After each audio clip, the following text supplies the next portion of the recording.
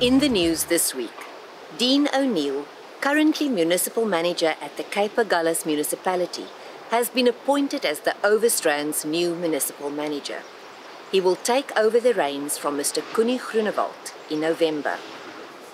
In tragic news, the rented home of well-known Kleinmond businessman and local CPF chairman, Jacques Oosthuizen, was destroyed in a devastating fire on Saturday night. Oosthuizen told Regio TV this week that he and his partner Louise were alone in his home next to the Kleinmond golf course on Saturday night late when the fire broke out. The fire is believed to have started in the roof. Oosthuizen said they managed to get their cars to safety, but have lost virtually everything else. This week, there was an outpouring of local support for Oosthuizen and his family, who had no insurance. There is growing concern about the number of positive COVID cases in the region. On Wednesday, the mayor of the Overstrand, Mr. Dudley Coetzee, added his voice and said that he was very worried about the increasing number of people testing positive. If you stay in the Overstrand and you contract COVID, odds are that you will end up here. It's either the Hermanus Provincial Hospital or the Hermanus Mediclinic next to it. We know that the Overstrand currently have in the region of 300 active cases. 4 people have died so far. At present, the Zwelihle Township in Hermanus and Masakane and Gansbaai are the hotspots. Are our hospitals ready for the influx of patients as the virus spreads? The Western Cape Department of Health says yes, they are. Their models point to some 51 beds needed at the provincial hospital at the peak. They will soon have a total of 69. Earlier in the week, they had 9 COVID patients. So at the moment, there's no crisis. What the future holds, we will have to wait and see.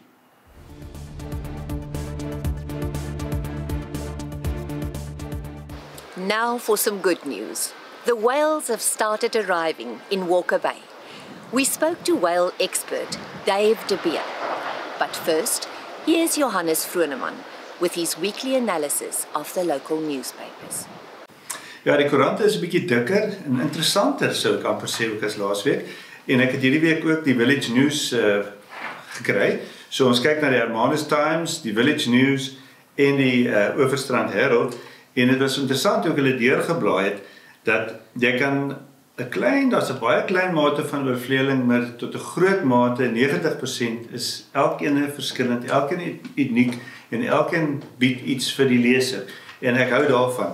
Ons begin met die Overstrand Herald, wat 'n lekker storie in het oor die nuwe bestuurder, munisipale bestuurder vir die Overstrand, wat in hierdie Herald verskyn. Daar's ook 'n storie in oor die hartseer huisbrand wat ons beleef in die afgelope week hierso in Kleinmond. En dan ook 'n baie interessante storie. Die storieetjie is nie so lank nie, maar is 'n lekker opskrif. Vrou 65 skiet haarself in heup om operasie te kry. Nou ek hoop dat julle hom sal opvolg, daai storie, want dit is 'n baie lekker storie. Die belangrike ding vir my hierdie week was ook dat die Hermanus Times, en is dit 'n teken van dat die ekonomie ook nou begin oplewe? Kyk net al hierdie bylaas, advertensiebylaas, binnegoed soos ek hulle maar noem, wat tog wel hierdie week verskyn. En dis 'n aanduiding dat die kleinhandelaars dink dat mense begin uitgaan, hulle begin 'n bietjie geld bestee, en dit is ook altyd goed vir koerante, want koerante leef van advertensies, en as die ekonomie begin beweeg, dan kan koerante ook dan met advertensies die geld kry om aan die lewe te bly. So dit was een van die interessante kenmerke vir my ook van hierdie week se 3 koerante. Die Hermanus Times, dan Groenewald in de Kleer is die hoofstorie. Koenie Groenewald, die huidige munisipale bestuurder, hy tree af einde van jaar, dat hy, daar was 'n ondersoek na sekere dinge wat hy gedoen het, en daar was bevind dat daar's geen blaam op hom te plaas nie. Ook 'n ander storie wat belangrik is en wat ook gedek word deur die Village News, is die nuwe verbypad. Nou, daar's nog nie 'n besluit daaroor nie, maar die gesprek, die moontlikheid van 'n verbypad vir Hermanus, wat gaan beteken dat heelwat van die verkeer nie meer deur die dorp sal gaan nie, Dis te sê, as dit goedgekeur word en mens weet nie hoeveel jaar dit sal neem voordat daai verbypad dan wel dalk gebou sal word nie. Ander lekker storie in die Village News is the whales are back. Dit is weer tyd om na die walvisse te kyk hier in ons omgewing en ons glo dat die toeriste toenemend ook hiernatoe sal kom. Ek dink die verskillende restaurante en ander instansies wat van toerisme afhanklik is, sal graag meer toeriste wil sien. Ek wil terugkom na die Herald, want daar was toch 'n storie in gewees oor 2 plekke wat toegemaak het in die afgelope tyd, wat mense ook nou kan verstaan, want die restaurante het gewoon geen inkomste gehad nie. En volgens een van die berigte in die Herald het die hoofpad Pub and Grill het gesluit.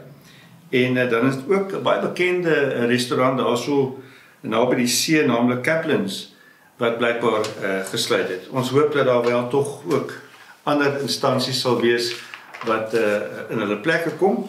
Maar die 3 koerante, vol nuus, vol lekker stories, gaan kry hulle en geniet hulle en kyk wat aangaan in ons area. Johannes, julle het ook 'n interessante projek aan die gang by Whale Coast FM radio. Ja, ek doen so 'n bietjie onderhoude vir Whale Coast FM en ons gaan nou gereeld elke Vrydagmiddag 12 tot 1 gaan ons 'n klompie insetsels speel. Joernaalprogram, bietjie sommer net oor die mense van ons omgewing en bietjie nuusies en sovoorts gaan ons daarso ook uitsaai, so jy kan gerus ook dan inskakel op Whale Coast 91.4 op Vrydagmiddag 12:00 en ons sal van die insetsels sal ons ook dan in ander tydgelewe sal ons ook tog hier en daar invoeg sodat mense wat nou daai tydgeleef gemis het, dit tog dan wel later sal kan hoor. Municipal budgets are not everyone's cup of tea, but they are important. Municipalities like the Overstrand are spending our money, and we need to keep an eye on it. This is the Overstrand Municipality's budget for the coming financial year. All 600 plus pages of it. It's not easy reading. So let's try and make it easier to understand. Let's imagine it's a business, say a supermarket, and we call it Koenie Store, after the municipal manager, Mr. Koenie Groenewald. Now, Koenie Store is a substantive business, make no mistake.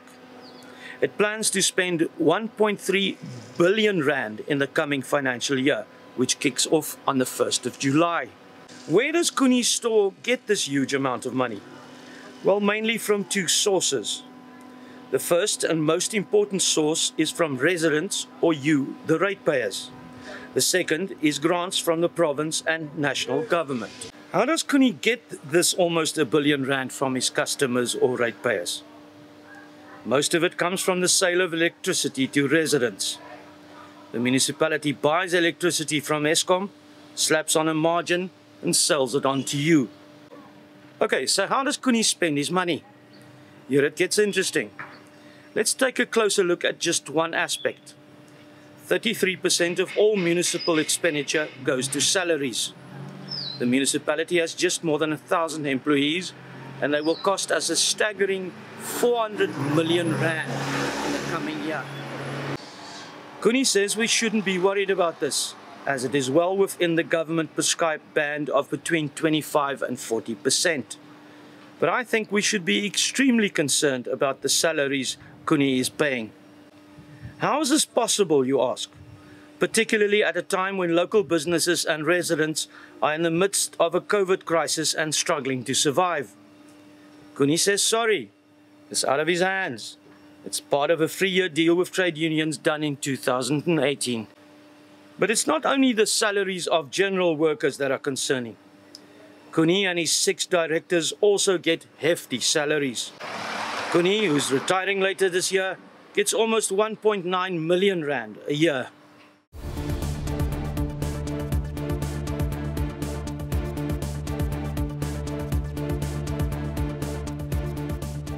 Do you now understand why everybody wants a job at the Overstrand Municipality? And why they say there are more millionaires in the building behind me than at any other place in the Overstrand? On to budgets of a different kind. Hair and beauty salons have been allowed to resume business this week, after being forced to shut their doors for more than 2 months.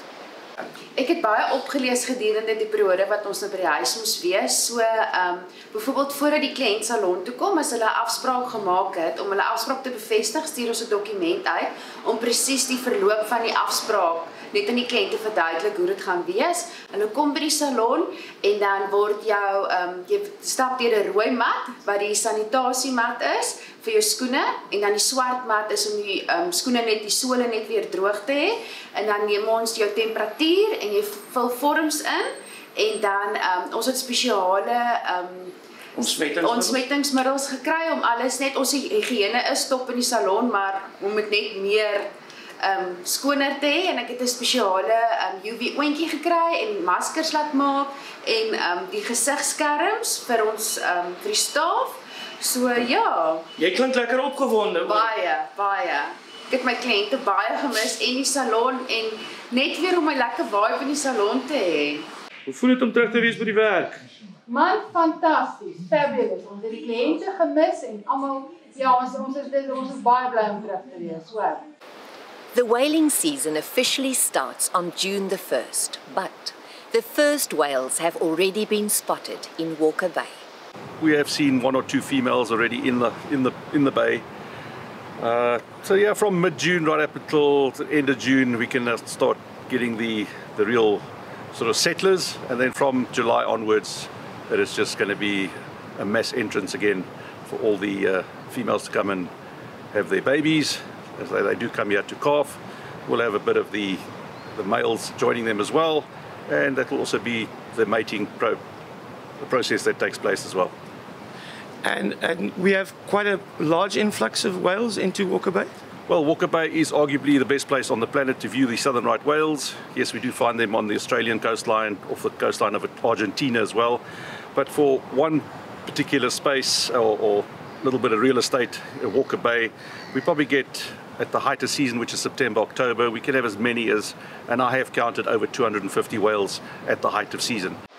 In our weekly focus on local businesses finding new and original ways of dealing with the crisis, we this week visit the awesome Benguela Cove, who has come up with a great new way of marketing both their wines and food in one submersive experience. Hello everyone, I'm Johan Fourie. I'm the cellar master at Benguela Cove Wine Estate in Hermanus, Walker Bay region.